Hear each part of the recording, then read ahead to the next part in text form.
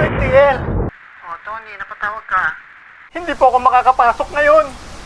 Bumabaha na po dito sa bahay namin. Ganun ba? Sorry to hear that, Tony. Pero baka pwede mo namang gawa ng paraan muna ngayon.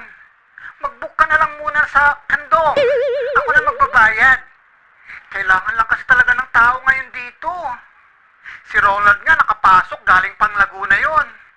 TL, hanggang tuhod na yung baha sa labas. Sige, Tony. I-leave mo na. Ibagsak mo na lang yung attendance ng buong team natin. Alam mo naman yung target nating team performance every quarter, di ba? Number 1 yung team natin for 3 consecutive quarters.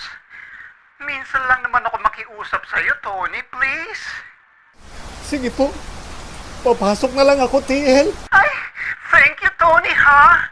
Babawi ako sa'yo next month, promise. Pag nag-file ka ng leave, auto-approve na yon. Avail naman tayo ngayon dito. Halos lahat ng teammate mo nandito.